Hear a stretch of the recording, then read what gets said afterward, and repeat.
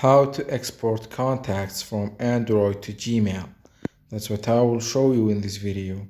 But before we begin, make sure to subscribe to the channel and ring the bell to get notified whenever a new video is uploaded.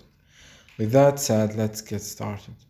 So go ahead and open up Gmail and then click on the profile picture or icon at the top right of the screen and then click on Manage Accounts on this device.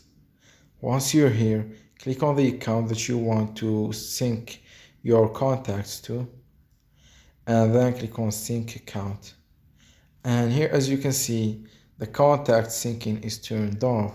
So all what you need to do is click on the toggle next to it to turn it on. And as you can see, it's now syncing and exporting the contacts to this Gmail account.